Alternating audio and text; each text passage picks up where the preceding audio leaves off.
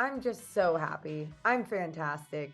I don't think I have felt like this for a very long time. And I will say that again. It's crazy to think that an NBA team can dictate my emotions and They my definitely life, do. my life, my life. Mhm.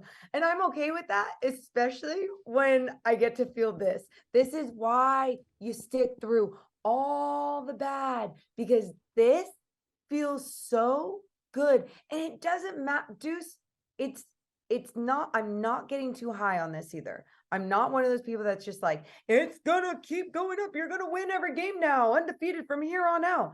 I'm realistic because no matter what, it's what we're seeing from the growth of these players in this team, in this organization, is absolutely fantastic in this little amount of time.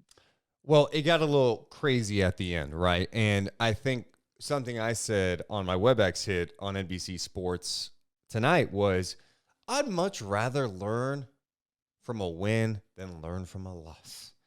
And there's things that you can learn from every game, right? Last Yeah. game, we were talking about the defense. Like, you play defense like that, it's not going to work.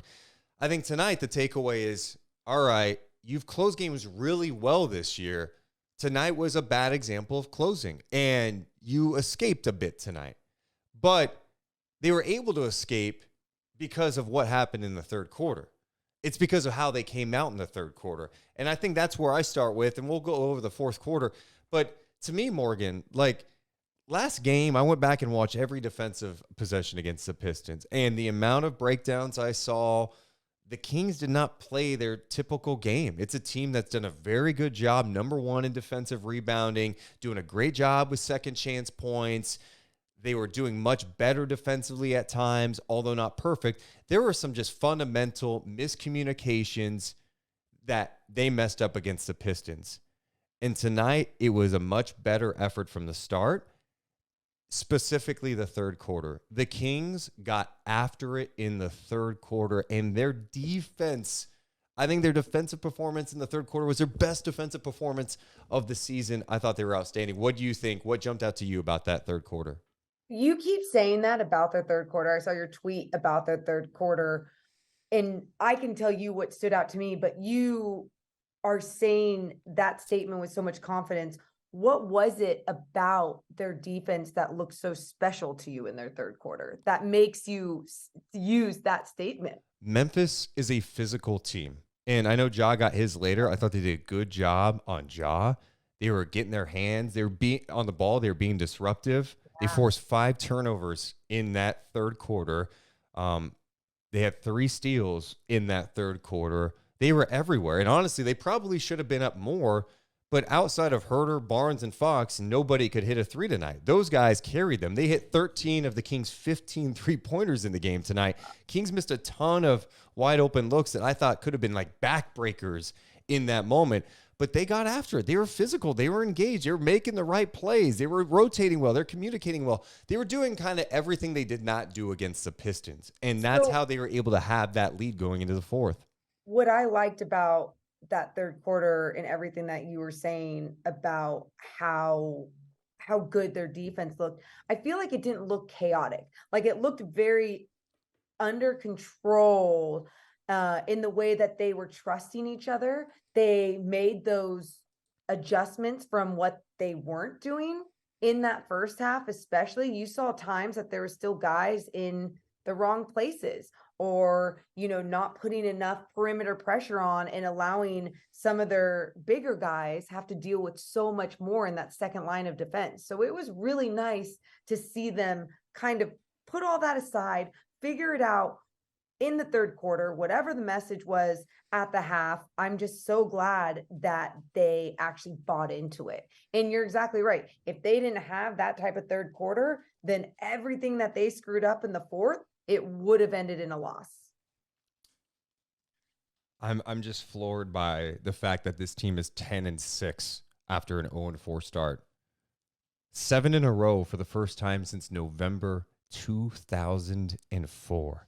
Deuce, and really quick, just going off of that 0-4 start, I think you and I might have talked about this off camera. And we talked about how they had to deal with that adversity early and how that might have been one of the best things for them to deal with early on, where sometimes it could be one of the worst things. You know, you start off bad and then everything just keeps going downhill. But them having to deal with that and having to actually grow off of those losses. You saw what they were doing in preseason. Obviously, they weren't playing these teams with the roster that some of these teams were going to go into the regular season with.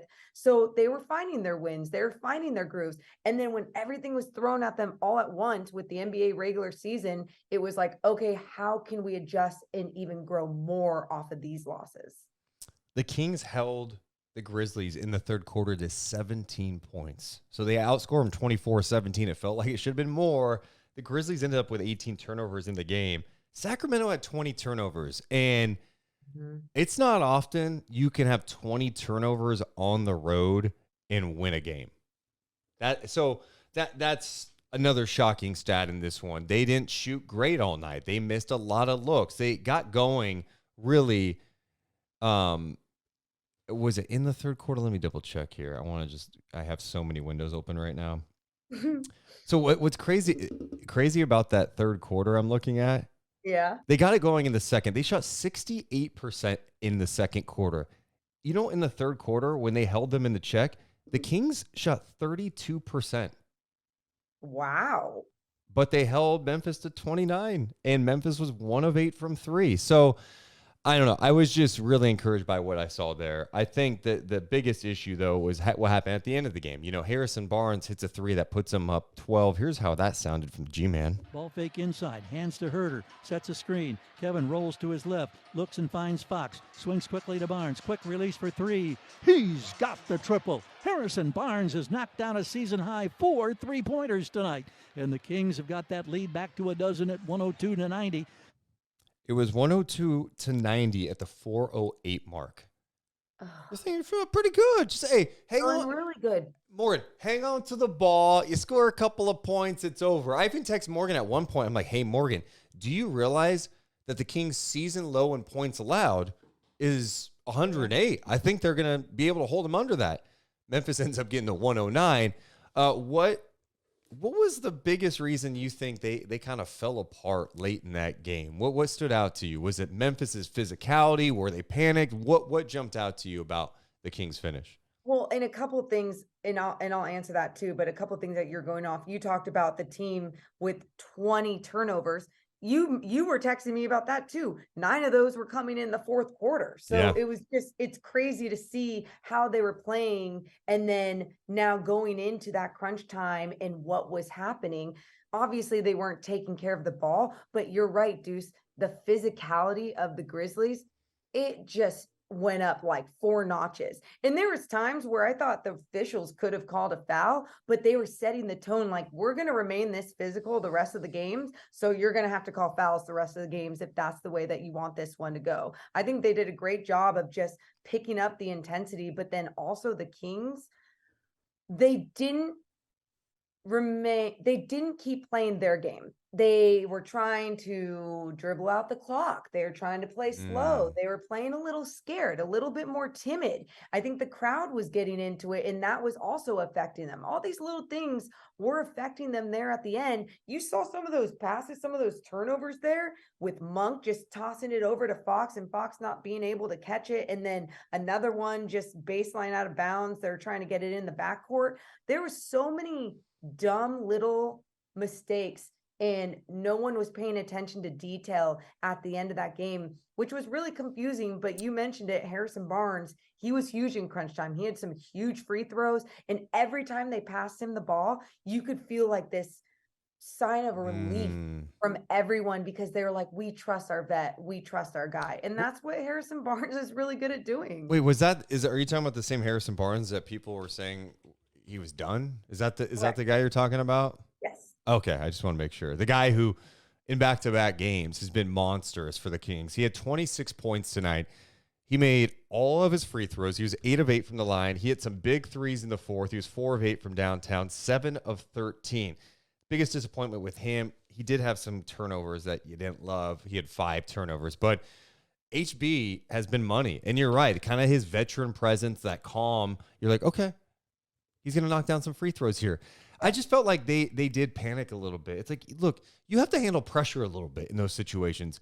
Breaking news, when a team is trying to make a run, they're going to get into you. They're going to try to trap you. They're going to try to force you into some tough decisions. You can't be confused when a double team comes your way. You have to remain calm and not throw the ball. I mean, I just could not believe some of the passes they were making for a team that I think is a pretty smart basketball team. But I feel like there's been a couple times this season in games where you're like, are you guys scared of the moment right now? Like, you're up. Just play the game. There were times that it felt like that at the end, right? That panic came over them. But you mentioned, too, the double teams that were being thrown at guys. Grizzlies, fantastic job throwing a double team at Sabonis so many times, understanding when and where he was going to turn, what shoulder was going to turn as soon as they threw it into him down in the post. I mean, they took away his vision. They took away the guy that controls so much and commands so much of that offense, which I just thought was such a smart decision by the Grizzlies coaching staff. But yeah, at the end, really, it was just they picked up their intensity and physicality when they were throwing doubles at guys, even getting in their way and maybe even slapping at their arms a few times. But at the same time, you got to make sure you're staying strong, elbows up, battle through it.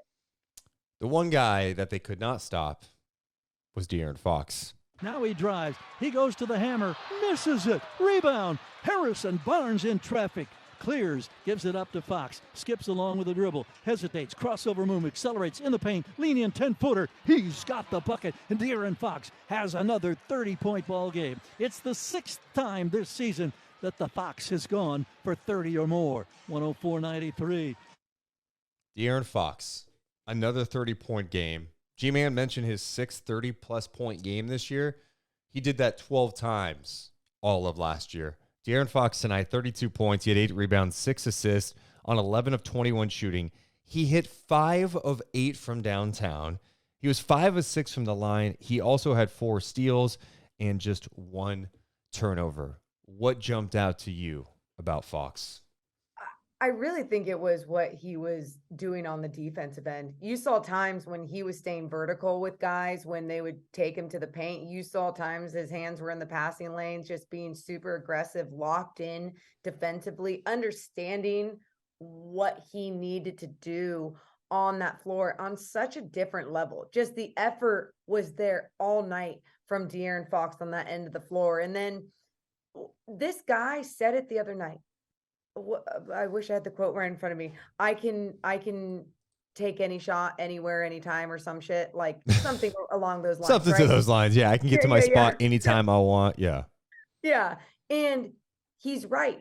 He can get to his spots now, and he is executing those shots, finishing those shots. Where last year I turned to Matt Barnes and I was like, he's not making that floater last year. Like there's something where it just wasn't coming off of his fingertips with confidence, or he was second guessing his shot. His shot selection is incredible, but it's not only the way that he's getting to his spots in the mid-range game and then obviously at the rack.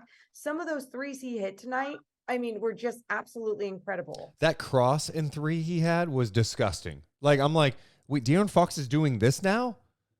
What, is Morgan picking up her hotel phone? Would you just get complained on? I think we're good. What'd they say? No, I had someone call earlier and was just asking about a late checkout. And then I don't know why. Again, I must be popular here. I don't know. Apparently they're not watching the pod, or they want to talk about the win.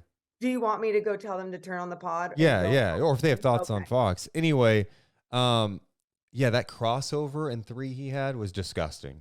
I mean, I just gave you his overall numbers. You want his second half numbers? Do it. 20 points, 6 rebounds, 3 assists, a steal, 4 of 5 from 3. He had a lot to prove this year. I think a lot of people are kind of down on him after his year last season, his 5th year. The Kings not winning, right? All these things coming into play. And then you saw these like lists come out over the offseason with like the top players under 25. Fox isn't getting talked about, right? Fox isn't really being talked about at all. De'Aaron Fox is going to be talked about now because he is playing at an all-star level. He's playing at an elite level right now, and his team is winning. They're 10-6, Morgan. I That's mean, what it that's what's so cool about this, Deuce, is that in the beginning when they were 0-4 and Fox was still dominating, we're like, okay, but they're not translating into wins, so let's just keep our cool. They're freaking winning. They're winning at a high level. They are playing good basketball. And that's the thing. It's not only like, oh, it's De'Aaron Fox and the rest of the team. De'Aaron Fox is playing like an all-star, and it's just elevating the rest of the team. This is how good basketball should be played. I'm just so glad that he is developing into this player. I don't care that it's taking him all the way into his 6th season. That's what so many people just don't understand, that people develop differently in the league. And sometimes it's not about just them and their bodies. It's about having the right people around you, not only roster wise, but obviously coaches teaching you how to play the game the right way too.